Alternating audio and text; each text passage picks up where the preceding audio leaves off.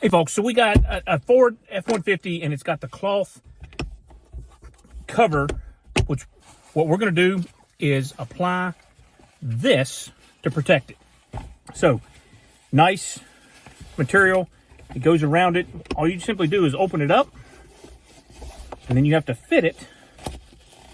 Now, one thing I'll tell you is you want to put this strap on first, go around underneath so they can secure the back. Then you'll do the one toward the front. You get it fitted around, go to the back, pull your corners down. Takes a little bit of finagling to get it in place.